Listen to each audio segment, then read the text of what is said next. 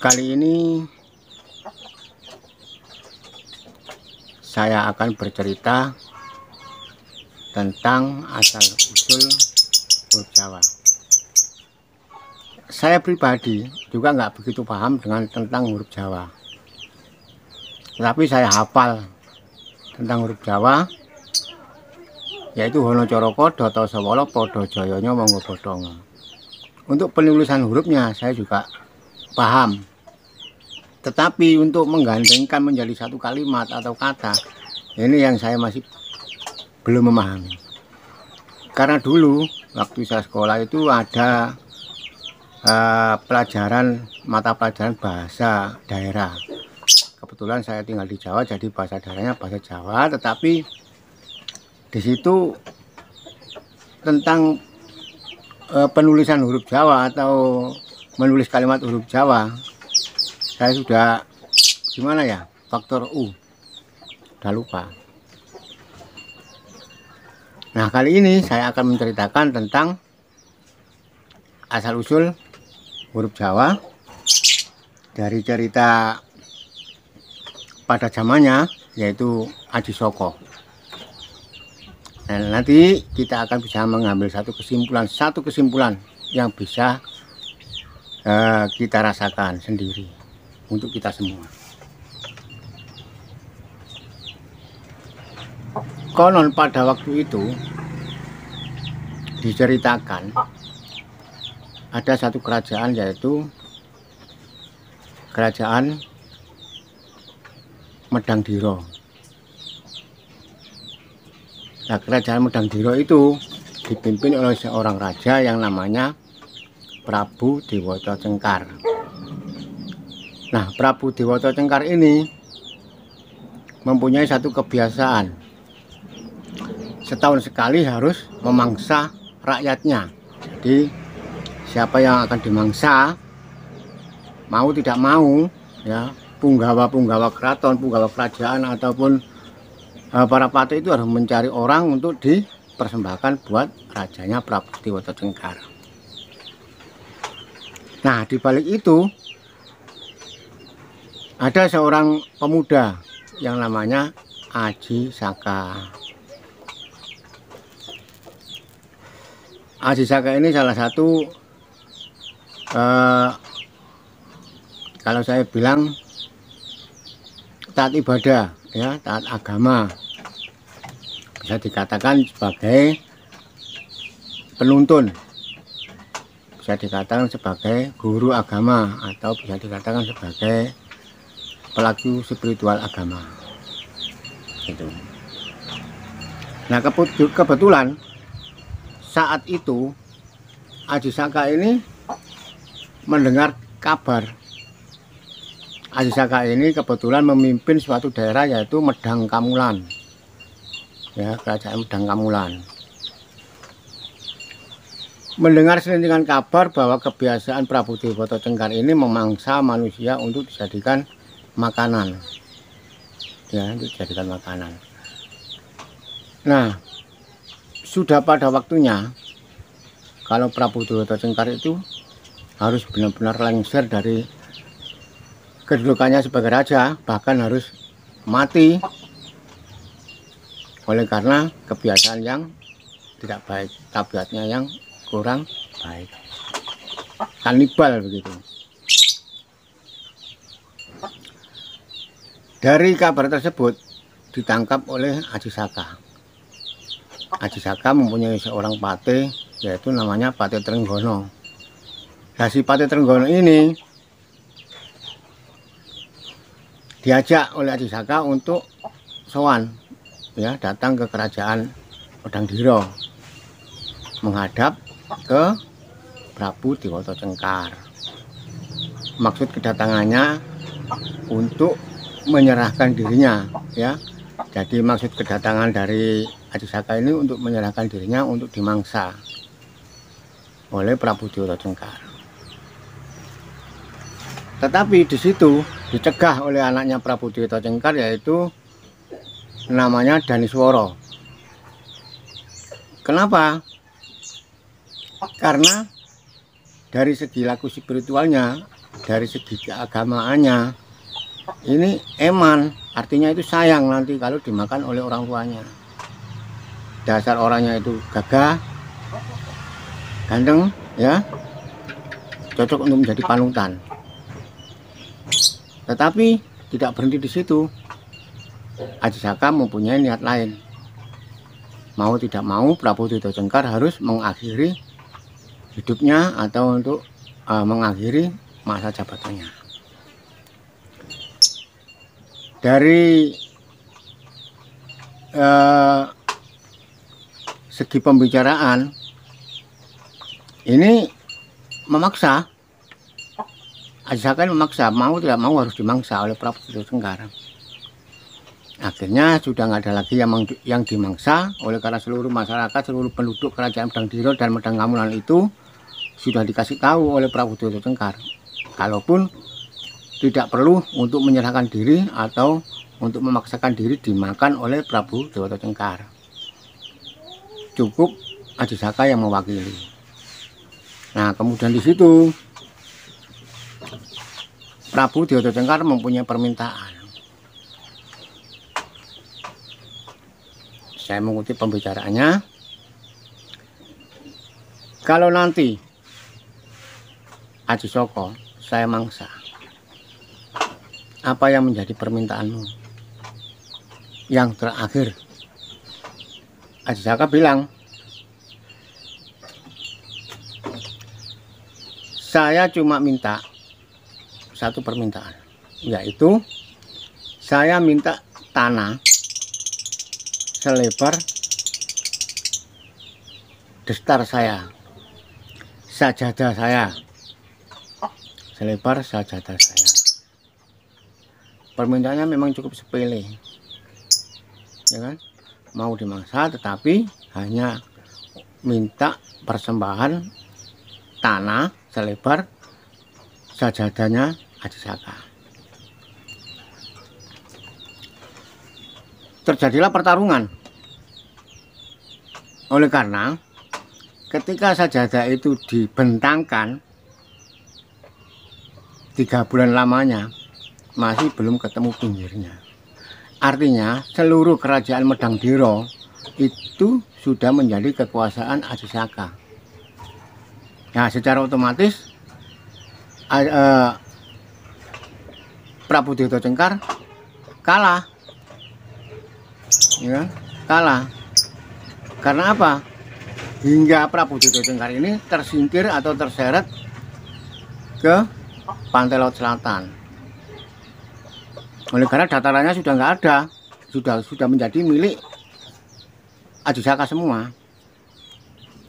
Nah, di situ Prabu Tito Cengkar dibunuh dan disabda menjadi buaya putih penguasa laut selatan. Tidak cukup di situ, Prabu Tito Cengkar kemudian mempunyai apa? Sumber, ya. Kalau nanti siapapun warga Medang Diro ataupun Medang Kamulan yang lewat sini akan saya mangsa. Itu kata terakhir dari Prabu Tito Cengkar. Nah, kemudian semua abdi dalam kerajaan itu yang mau ikut Aji Saka juga ikut Aji Saka. Yang nggak mau ikut Aji Saka artinya harus keluar dari kerajaan Medang Diro. Salah satunya adalah anaknya Prabu Tito Cengkar, yaitu Daniswara tadi. Seiring berjalannya waktu, si Aji Saka ini babat talas, ya, untuk melebarkan wilayah. Babat talas kemudian sama Pate Trenggono dan saya sama punggawa-punggawalanya. Babat talas. Di situ dia membunuh naga, ular naga. Setelah membunuh ular naga,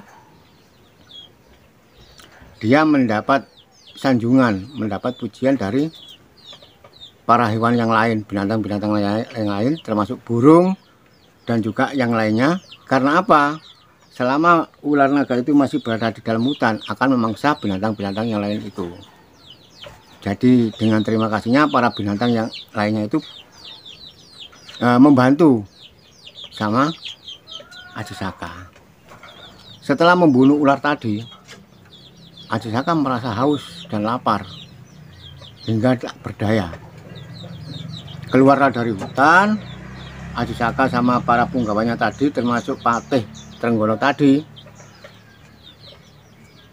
keluar dari hutan, ketemu salah satu karang pradesan, artinya salah satu wilayah desa perkampungan, ya kan? Di situ dia ketemu dengan seorang gadis. Bertemu dengan seorang gadis, hanya minta 1 gelas air minum untuk melegakan rasa hausnya. Si Patih Trenggono minta kepada seorang gadis tadi, kemudian diberikan ke Aji Saka, diminum dan menjadi segar kembali. Selanjutnya, sebagai rasa terima kasih, ya kan, si Aji Saka ini mempunyai suatu ilmu ajian, yaitu namanya Aji Asmara Gama, Asmarandono, ya, ajian Asmarandono. Jadi apa yang kalau dia sudah mata aji, apa yang diharapkan itu akan menjadi kenyataan, ya. Salah satu contohnya, ketika itu untuk membalas rasa terima kasih Aji Saka kepada seorang gadis tadi, dia membaca ajian tadi sambil berdiri bersedekap, ya kan, dia menyabda, seekor ayam mendadak bertelur di depan seorang gadis tadi. Nah, telurnya itu diberikan kepada Aji Saka, tapi Aji Saka menolak. Tidak, simpan telur ini, di mana kamu mau. Ini perintah dari Aji Saka kepada si gadis tadi. Dengan rasa bangga dan senang hati, gadis tadi ini menyimpan telur itu di dalam pedaringan. Pedaringan itu tempatnya beras, ya, tempatnya beras. Begitu disimpan di pedaringan, tiba-tiba dibuka pedaringannya, berasnya menjadi penuh. Jadi pedaringan itu sudah penuh beras. Kemudian dipindah lagi ke lumbung padi. Setelah dipindah ke lumbung padi, telur itu tadi menetas menjadi seekor naga. Seekor naga yang tidak tahu orang tuanya dan tidak tahu asal usulnya dan tidak tahu namanya. Gitu. Dengan rasa ketakutan yang sangat mendalam, ya, sangat takut sekali, seorang gadis tadi itu berlari menuju Aji Saka, dan di hadapan Aji Saka dia bilang, saya takut dimangsa oleh naga itu. Naga itu memburu. Kemudian dicegat oleh Aji Saka, dibilang,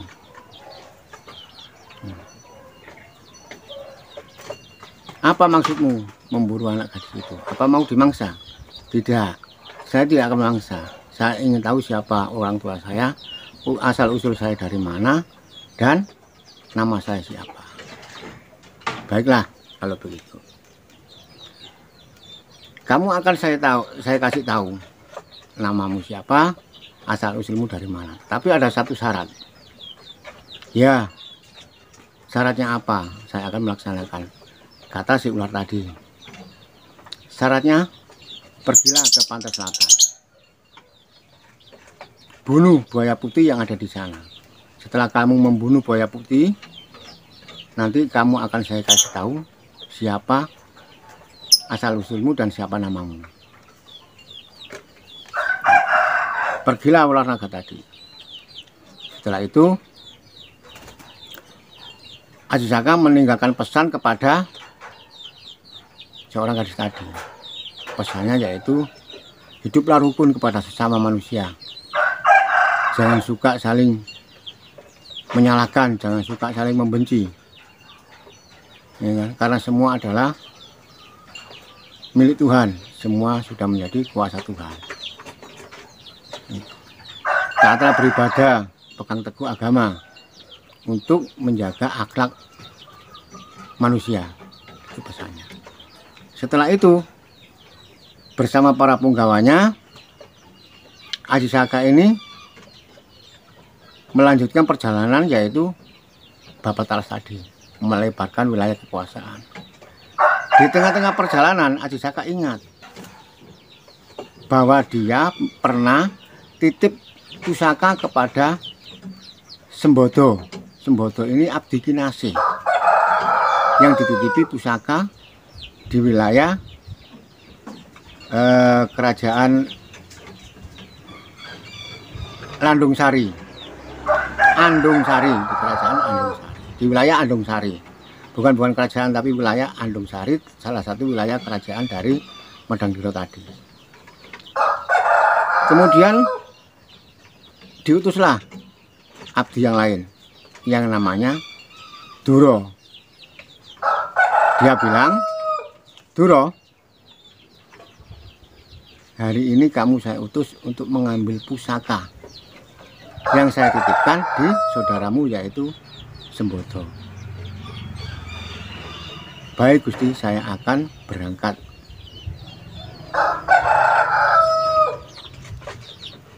Kemudian berangkatlah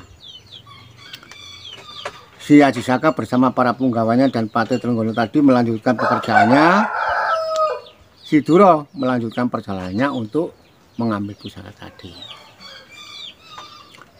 Hingga beberapa hari sampailah Duro ini ke tempat saudaranya, yaitu Sembodo. Dia bilang, Kang, kedatangan saya kemari hanya memenuhi utusan dari Sang Aji Saka. Dia mengutus saya untuk mengambil pusaka yang Kakang simpan.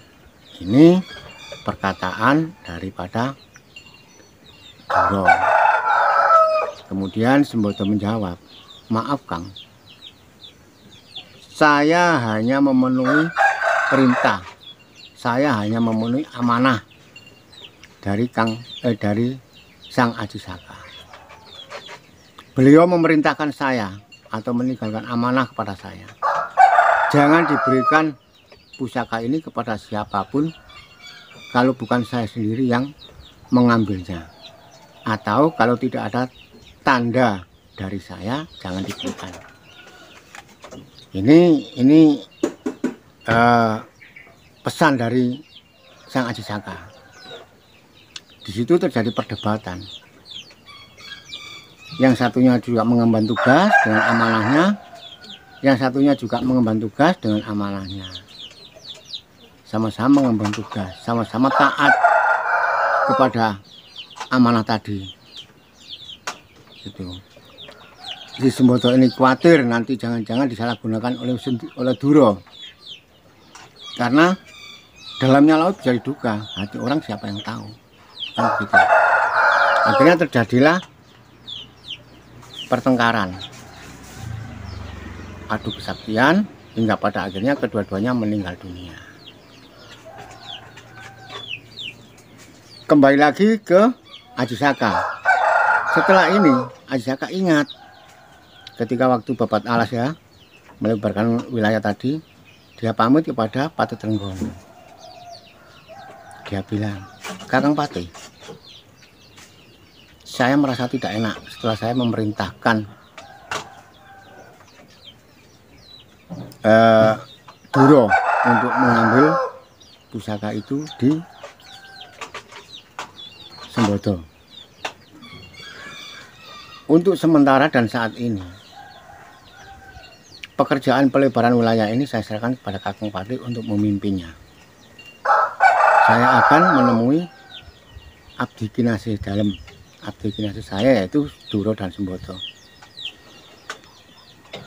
Baiklah Sang Aji, apapun yang menjadi perintah Sang Aji saya akan melaksanakan dengan sebaik-baiknya.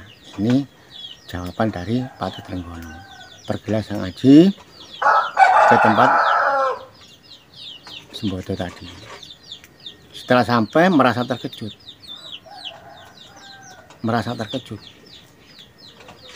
Karena apa? Abdi kinasih dari Aji Saka tadi itu sudah sama-sama menjadi bangkai, artinya sudah sama-sama meninggal. Di sini yang merasa bersalah Aji Saka.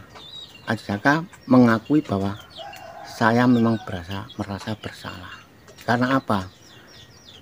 Memberi tugas kepada benar-benar abdi kinasih yang patuh dan taat kepada amanah. Jangan diberikan siapapun, kalau bukan saya yang mengambil, tolong ambilkan, bilang perintah dari saya. Gitu. Kemudian muncullah huruf Jawa. Hono Coroko, ada salah satu utusan. Joto Sawolo membawa malapetaka. Podo Joyonyo sama-sama saktinya.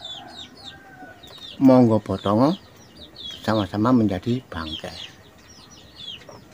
Gitu. Artinya apa? Kalau diringkas secara simpel, kalau kita titip sesuatu kepada orang lain, ya kan? Atau kita dititipi barang ke orang lain, mau tidak mau kita harus patuh dan taat kepada si penitip tadi. Karena apa? Ini satu amanah. Siapapun tidak boleh mengambilnya, dan kita tidak begitu gampang untuk menyerahkan, karena ini amanah, betul-betul amanah dari penitip tadi. Jadi perlu diingat ya, perlu diingat. Kalau kita dititipi barang, kita simpan, kita rawat barang itu, apapun bentuknya, ya kan, apapun bentuknya itu, kita nggak boleh main-main sembarangan untuk memberi, mengasihi kepada orang lain. Kalaupun orang lain itu anak sendiri atau benar-benar orang kepercayaan si penitip tadi. Demikianlah sekilas cerita tentang asal usul bahasa Jawa atau huruf Jawa. Tentang kelanjutannya masih panjang. Ya, pada intinya Kerajaan Medangdira itu menjadi kekuasaan Daniswara, artinya anaknya Prabu Dewata Cengkar tadi, ya kan, yang bisa mengalahkan keturunannya Aji Saka, yaitu ular naga tadi, namanya Naga Linglung, itu yang berasal dari ayam tadi yang disabda oleh Aji Saka bisa bertelur dengan ajian Asmaradana, Asmaradana. Demikianlah apa yang bisa saya sampaikan. Ada kurang lebihnya saya mohon maaf.